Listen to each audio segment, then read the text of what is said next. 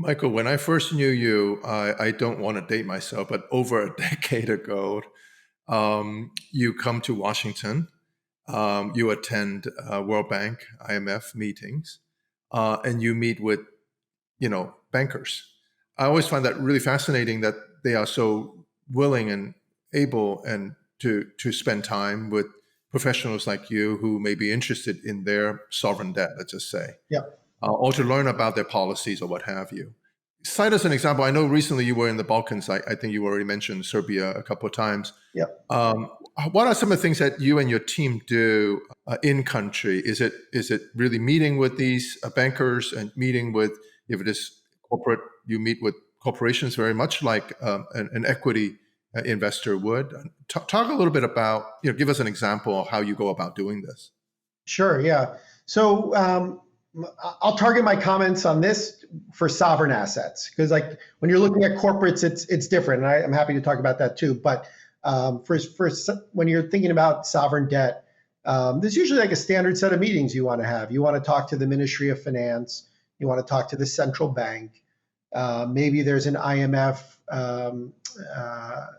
employee in the country that you're interested in, that you'd want to talk to. The World Bank could be present. There's private sector economists. There's political scientists.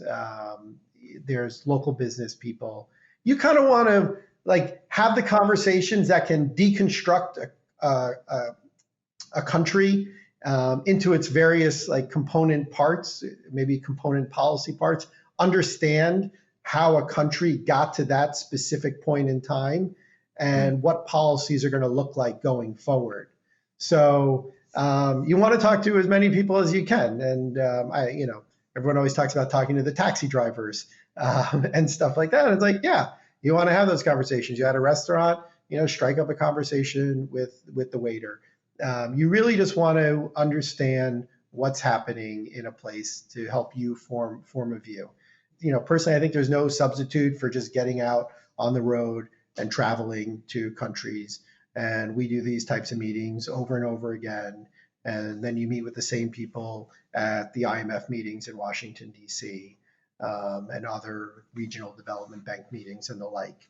Understand the country well, be able to identify inflection points is really important.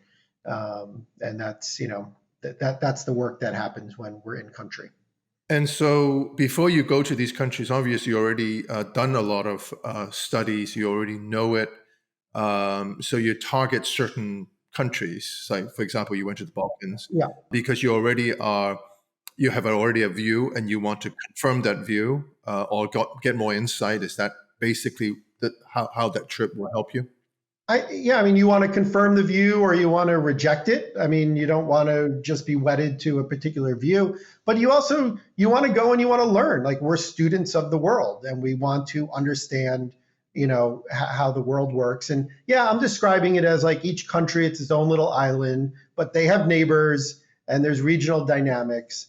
And we need to understand that as well. So, when I was in the region, I stopped in Kosovo. And had a meeting there. And that's not like an investment destination just yet, but you want to go and learn. I've been to Syria to help understand regional dynamics pre-war. Interesting.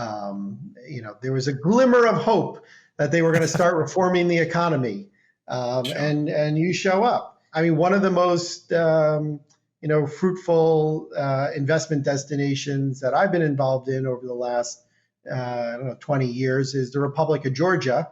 And I went to visit the country and have meetings because of an article I read in The Economist.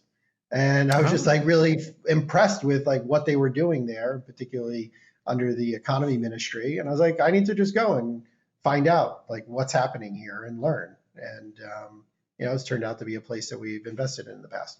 You make your career so exciting. Maybe one day when I grow up, I want to be an EM debt manager or on your team. It's certainly something to work towards, Philip. But you're always welcome to come join us on our excursions around the world. So thank you.